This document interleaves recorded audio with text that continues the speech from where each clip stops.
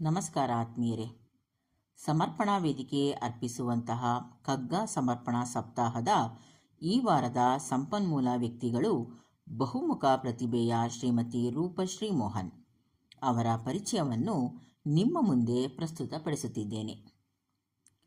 ಶ್ರೀಮತಿ ರೂಪಶ್ರೀ ಮೋಹನ್ ವಾಸ್ತುಶಿಲ್ಪ ತಾಂತ್ರಿಕ ಶಿಕ್ಷಣ ಪದವೀಧರರು. PWDಯಲ್ಲಿ ಜೂನಿಯರ್ ಆರ್ಕಿಟೆಕ್ಟ್ ಅಂದರೆ ವಾಸ್ತುಶಿಲ್ಪಿಯಾಗಿ 5 ವರ್ಷ ಸೇವೆ ಸಲ್ಲಿಸಿದ್ದಾರೆ. ಆದರೆ ಇವರ ಮನದಾಸೆಯೇ ಬೇರೆ.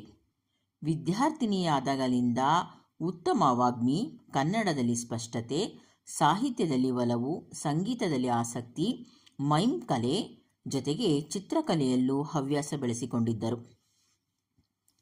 ಇಷ್ಟೆಲ್ಲ ಪ್ರತಿಭೆ ಇದ್ದ ಶ್ರೀಮತಿ ರೂಪಶ್ರೀ ಮೋಹನ್ ರವರಿಗೆ ಸಿಕ್ಕ ವೇದಿಕೆ ಬೆಂಗಳೂರು ದೂರದರ್ಶನ ಕೇಂದ್ರ ಚಂದನ ವಾಹಿನಿ.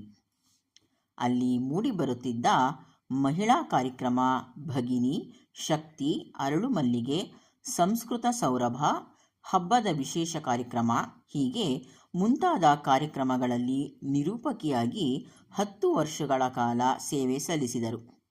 ಇವರು ನಿಂತ ನೀರಾಗದೆ ತಮ್ಮ ಸೇವೆಯನ್ನು ಮಕ್ಕಳ ಕಲಿಕೆಗಾಗಿ ವೃದ್ಧಿ ಕಲಿಕಾ ಮನೆ ಎಂಬ ಪಾಠದ ಮನೆಯನ್ನು 32 ವರ್ಷಗಳಿಂದ ನಡೆಸಿಕೊಂಡು ಬರುತ್ತಿದ್ದಾರೆ.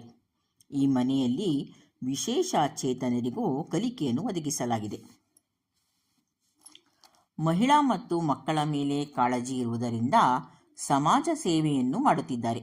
ಅದಕ್ಕೆ ಉದಾಹರಣೆ ಎಂದರೆ ಮಾನಸಿಕ ಕಾಯಿಲೆಯಿಂದ ಬಳಲುತ್ತಿದ್ದ ಒಬ್ಬ ಹುಡುಗಿಯನ್ನು ಮರುಬೆಳಕಿನ ಜೀವನಕ್ಕೆ ಕರೆತಂದಿದ್ದಾರೆ. ಇವರ ಸಮಾಜ ಸೇವೆಗೆ ಮತ್ತು ಬಹುಮುಖ ಪ್ರತಿಭೆಯನ್ನು ಗುರುತಿಸಿ ಪ್ರಶಸ್ತಿ ಪುರಸ್ಕಾರಗಳು ದೊರೆತಿವೆ. ಅದರಲ್ಲಿ ಮುಖ್ಯವಾದವು ಸರಪಾಡಿ ಯುವಕ ಮಂಡಳಿಯ ಅಧ್ಯಕ್ಷ ಶ್ರೀ ಗಣೇಶ್ ರವರ ನೇತೃತ್ವದ ಬಂಟ್ವಾಳದಲ್ಲಿ ಹೃದಯ ವೈಶಾಲ್ಯದ ಮಾತೃಸ್ವರೂಪಿ ಎಂಬ ಬಿರುದು ಕೊಟ್ಟು ಸನ್ಮಾನಿಸಿದ್ದಾರೆ.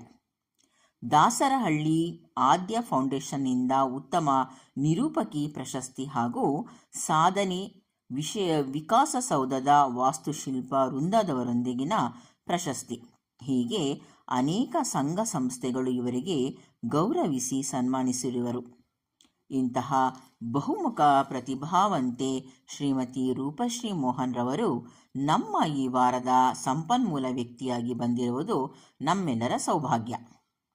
ಇದು ನಿಮಗೆ ಸ್ವಾಗತ. ಧನ್ಯವಾದಗಳು.